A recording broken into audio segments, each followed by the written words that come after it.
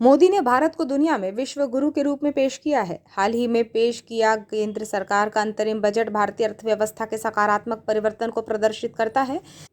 यह अंतरिम बजट मोदी जी के विकसित भारत 2047 के दृष्टिकोण को आगे बढ़ाता है और जब देश भारत की स्वतंत्रता की शताब्दी वर्ष मनाएगा तब की दिशा निर्धारित करता है। सबका साथ सबका विकास के आदर्श वाक्य के अनुरूप ये बजट गरीब, युवा, अन्नदाता और नारी को शामिल करता है। ये बात संसद में पेश किए गए बजट पर जिले के सांसद डॉक्टर ढाल सिंह बिसेन ने पत्रकारों से चर्चा के दौरान कही।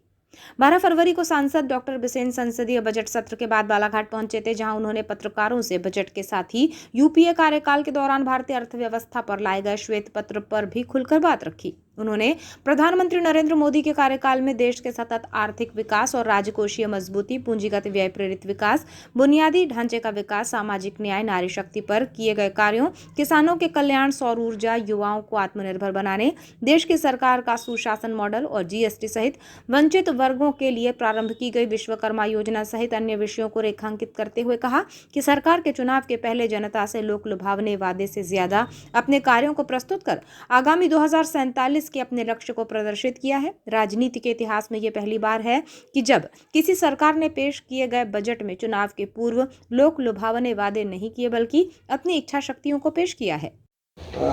उपयोग कम करे करके उसकी मात्रा को कम कर दिया। 50 किलो की बोरी को 45 किलो भले कर दिया, पर 10 साल में कोई रेट नहीं बढ़ाया। कि फिर किसान को सम्मान निधि देने का काम किया। जहाँ कल तक केवल 60 लाख करोड़ लोगों के केवल कर्ज माफ किया था, 2.5 लाख करोड़ से ऊपर लोगों को केवल 10,000 रुपये 6,000 रुपये महीना दे करके इससे ज़्यादा कई किसानों को लाभ देने का काम किया है। इसी तरह से यदि G20 की बात करें तो G20 पहले इस कोरोना काल के बाद कोई लेने तैयार नहीं था। कोरोना काल में आज G20 का जिस तरह सफल आयोजन, और पहले क्या होता था केवल दिल्ली में आते थे, कार्यक्रम हो जाता था। मोदी जी ने सारे विश्व की को अपनी भारत की शक्ति दिखाने के लिए पूरे सारे देश के हर स्टेट में कार्यक्रम कराया और भारतीय संस्कृति से परिचय कराने का काम किया। तो G20 का सफल आयोजन पे सारे विश्व ने सराहना की है। और इसी तरह से हम युवाओं की यदि बात करें तो युवाओं के लिए मुद्रा योजना के कारण से आज जहाँ भी स्टार्टअप मुश्किल से 3,000 के लगभग स्टार्टअप होते थे, आज 1 लाख से ऊपर स्टार्टअप युवाओं को लिए रोजगार देने के लिए किया है। 43 करोड़ के लगभग लोगों को ऋण स्वीकृत किया है और जिसमें करीब 2.5 लाख करोड़ रुपए की राशि इनको दी है। तो इससे अंदाजा लगाया जा सकता है, जो कल तक हमको कहते हैं कि आपने रोजगार देने की बात करी, नौकरी देने की बात नहीं, रोजगार देने की बात है। तो आज 43 करोड़ लोगों को ऋण दिया है मुद्रा योजना के अंतर्गत, यहाँ पर 3 स्टेज में उनको पैसा दिया।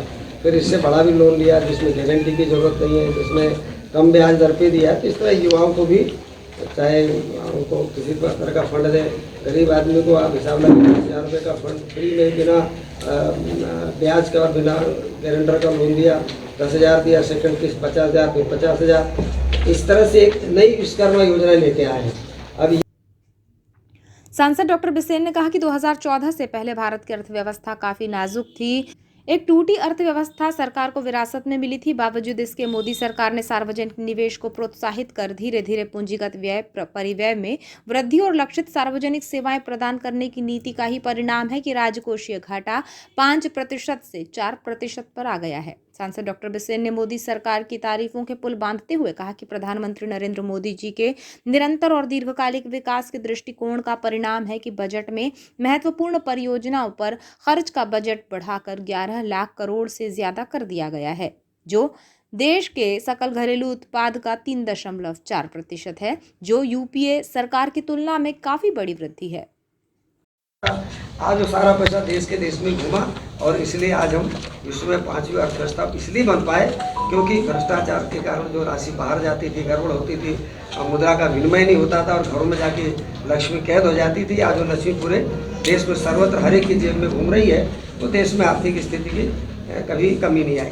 व्यापारियों के लिए भी देखिए कि व्यापारी भाई आज किस तरह स्वाभिमान के साथ अपना व्यवसाय कर रहे हैं, जहाँ पर उनको रिफंड पहले 90 दिन में नहीं मिलता था। जीएसटी का जो माध्यम किया, तो जीएसटी के लिए लोगों ने लेकर के बहुत हवा मचाया था कि ऐसा कैसा जीएसटी चलेगा, पर आज देखिए जीएसटी के कारण से व्यापारी भी खुश है और व्यापार उनका अच्छा हो गया। जहाँ कल तक डर रहे थे आज वो सुखी है, अपने यहाँ पर पूजा सीधा लैपटॉप से काम करते हैं। उनको कोई बहुत बड़ी बात करें तो सीए की भी जरूरत नहीं पड़ती होगी। आप तो इस तरह खुद अपना सारा भर करके कर दिया और 45 दिन के अंदर उनका 10 दिन के अंदर आज रिफंड आ जा रहा है। तो ये कितना बड़ा व्यापारियों के लिए। सांसद डॉक्टर बिसेन ने कहा कि मोदी जी के कार्यकाल में हितग्राहियों को दी जाने वाली राशि सीधे ऑनलाइन खाते में गई है, जिससे भ्रष्टाचार पर अंकुश लगा है। 25 करोड़ भारतीय गरीबी रेखा से बाहर आए हैं। मोदी जी की सरकार ने महिलाओं का ध्यान रखा। महिलाओं को प्रधानमंत्री आवास, लखपति दीदी और 9 से 14 वर्ष की लड़कियों के लिए सर्वाइकल कैंसर टीकाकरण को बढ़ावा देकर महिलाओं को सशक्त करने का प्रयास किया गया है। उन्होंने बताया कि इसके अलावा कई और अहम योजनाएं हैं जो मोदी जी के नेतृत्व वाली सरकार ने लाई है, जिसमें वे एक वाहक और संसदीय क्षेत्र के प्रतिनिधि के रूप में मैंने जो संसदीय क्षेत्र के लिए कर सका वो किया। संसदीय क्षेत्र में नक्सली क्षेत्र के विकास के लिए करोड़ों रुपयों की राशि के साथ ही पासपोर्ट सुविधा केंद्र, FM बैंड स्टेशन सुविधा, अमृत भारत योजना में बालाघाट और सिवनी रेलवे स्टेशन का कायाकल्प, नगझर से हेरिटेक 4 लेन निर्माण, एशिया का पहला sound proof national highway, PMGSY के अंतर्गत विभिन्न निर्माण कार्य, हट्टा में रैक पॉइंट का शुभारंभ, कटंगी लामता रेलवे स्टेशन का कार्य, सांसद खेलकूद प्रतियोगिता, प्रधानमंत्री राष्ट्रीय राहत सहायता योजना से इलाज के लिए हितग्राहियों को राशि दिलाना, बालाघाट और सिवनी के विद्युत विभाग के कार्यों सहित सांसद निधि और मनरेगा से जिले के सभी विधानसभाओं में विकास के कार्य कराए हैं। एक सवाल के जवाब में उन्होंने कहा कि चुनाव में प्रत्याशी बनाए जाने का निर्णय पार्टी करती है। यदि पार्टी उन्हें जिम्मेदारी देती है तो वो उस जिम्मेदारी को निभाएंगे। टिकट देती तो आप चुनाव लड़ेंगे क्या? पार्टी निर्णय करते हम तो हमने पहले कहा कि सारा सब कुछ पार्टी का, हमारा व्यक्तिगत कुछ नहीं है। नहीं, व्यक्तिगत आदमी मानसिक दृष्टि से भी लगता है कि मैं हम तो लड़ूंगा या पार्टी नहीं के सेवक लड़ूंगा। हैं। देखो हम पार्टी के कार्यकर्ता हैं। पहले ये हमारे समय को अध्यक्ष थे, बाद में इनको अध्यक्ष बना दिया, आज कावरे जी है। ऐसी पार्टी में तो हो जाए। आज बालाजी देखो कहाँ सेंट्रल मिनिस्टर, उनका चाप जो जाओ बालाघाट में, वहाँ जाके नरसिंहपुर विधायक का चुनाव लड़ा, आज विधायक बन के वो मंत्री। तो पार्टी के आदेश को पालन करने वाले सिपाही हैं हम लोग। पार्टी आदेश करेगी। अग्निवीर योजना का जिक्र नहीं है इसमें।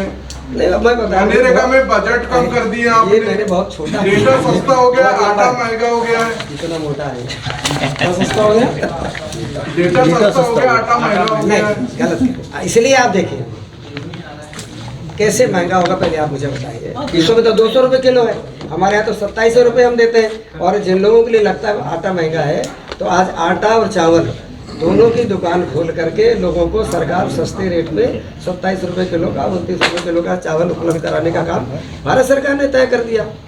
भारत आटा, भारत चावल के नाम पर कि भाई यदि आपको महंगा लगा, ऐसा नहीं। आप बता, एक तरफ हम 21 रुपये किलो का धान खरीद रहे हैं, चावल कितना होगा? फिर भी हम आपको जीरो, गरीब आदमी को तो फ्री में 80 करोड़ लोगों को अनाज दे रहे हैं। चालू हो रही है। दुकान आप बता रहे हैं कहाँ? ये दुकान जो बता रहे हैं अभी स्टेट में उनको कर दिया, लॉन्च कर दिया इसको। अभी 1 हफ्ता पहले चावल लॉन्च किया है, आटा पहले लॉन्च कर दिया। मैंने कहा ना कि बहुत सारी जगह पर कितनी तेजी से पिकअप करेगा, पर ये करेगा।